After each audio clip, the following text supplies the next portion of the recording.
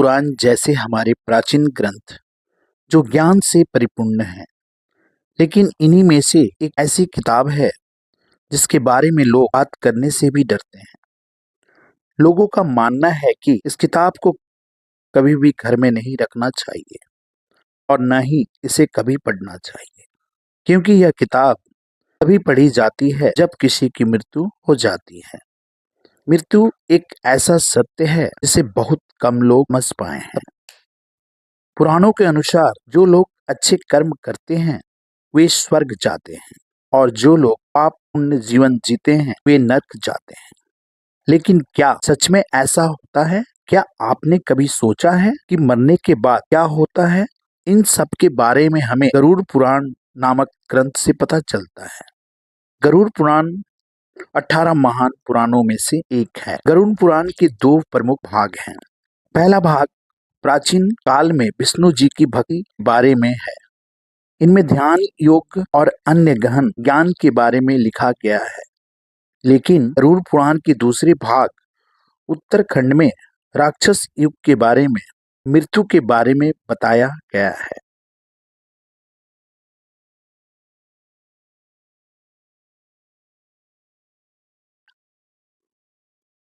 गरुड़ पुराण में भगवान विष्णु ने कहा है कि यमलोक में सबके कर्मों की सूची चित्रगुप्त के पास होती है। उसने कितने पुण्य किए, कितने पाप किए, ये सब विस्तार से लिखा है। चित्रगुप्त की हर सभा में हर जाति के कर्मों की चर्चा होती है और उसी के अनुसार सजा भी तय की जाती है। यमराज की सभा में जाने के लिए 4 मुख्य दरवाजे हैं। जो लोग पवित्र हैं, जिनका हृदय शुद्ध है, उन्हें पूर्व द्वार से जाने का मौका मिलता है। इस सड़क पर बगीचे में सुंदर हंस है और यह रस से भरपूर है। पश्चिम का मार्ग रत्नों से सुसज्जित है। इसी मार्ग में संतों का आवागमन होता है। जिन लोगों ने अपने जीवन में दान दिया हो, जिनकी मृत्यु किसी मंदिर के आसपास हुई हो, उन्हें उत्तर दिशा में जाने का मौका मिलता है। इन 3 द्वारों को पार करने वाली आत्मा को किसी भी चीज का डर नहीं रहता। उन्हें हर तरह की मुख्य सुविधाएं दी जाती है। यमलोक में उनकी मुलाकात धर्मराज से हुई है, जो उन्हें आगे की यात्रा पर ले जाते हैं। और जिन लोगों ने पाप किया है, जिन्होंने दूसरे को दुख पहुंचाया है, उन्हें दक्षिण द्वार से यमलोक भेजा जाता है और इस दरवाजे की दूसरी तरफ उनके बुरे कर्मों का फल उनका इंतजार कर रहा होता है। वहां उनकी मुलाकात धर्मराज के भयानक रूप यमराज से होती है, जो उन्हें उनके पापों की सजा देते हैं।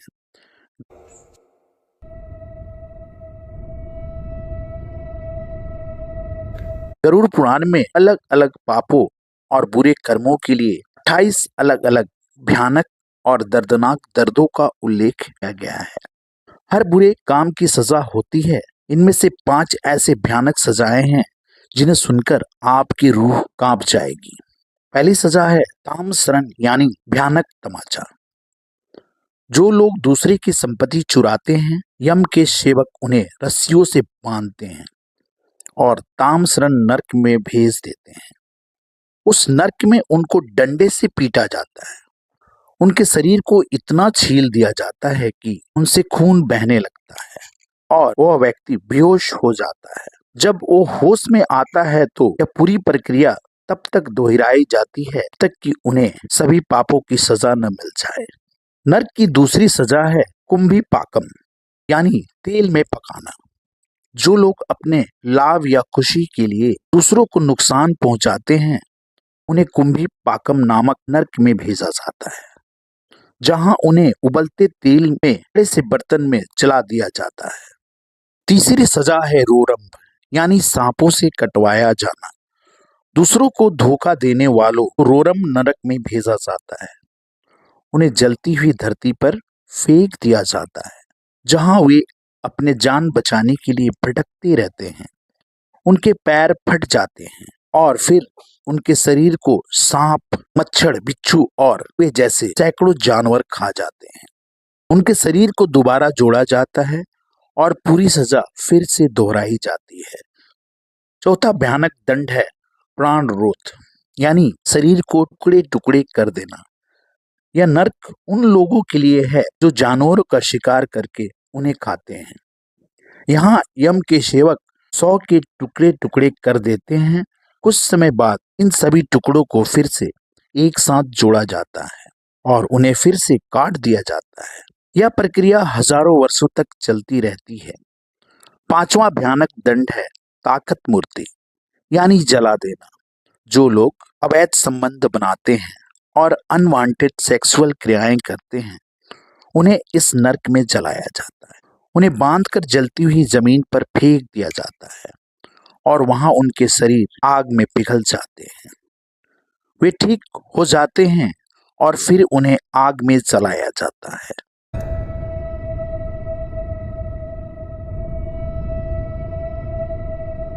किसी व्यक्ति की मृत्यु के बाद जब उसकी आत्मा उसके शरीर से निकल जाती है तो उसकी इंद्रियां काम करना बंद कर देती। उस व्यक्ति को लोक और परलोक सभी एक साथ दिखाई देने लगते हैं।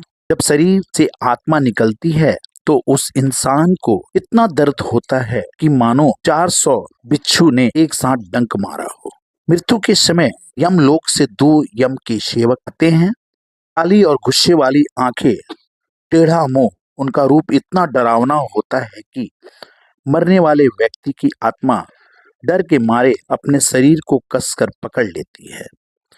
यम के सेवक उस आत्मा को रस्सियों से कसकर बांध देते हैं और काफी प्रयास करने के बाद जब वह आत्मा अपने आप को छुड़ा नहीं पाती तो वह आत्मा रोने लगती और फिर गिर जाता है और उसकी आत्मा शरीर छोड़ देती है। यम के सेवक तुरंत उनकी आत्मा को बांधकर ले जाने लगते हैं और यहाँ से शुरू होती है यमलोक की यात्रा, जहाँ पाप और पुण्य का वजन होता है, कर्म गिने जाते हैं और सजा दी जाती है।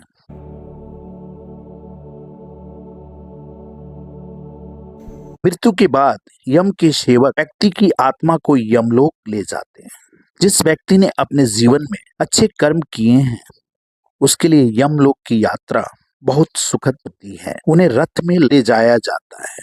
लेकिन जिन लोगों ने अपने जीवन में अच्छे कर्म नहीं किए हैं उनके लिए यह यात्रा दुख और पीड़ा से भरी हो, क्योंकि यम के सेवक व्यक्ति की आत्मा को रस्सी से बांधकर ले जाते हैं।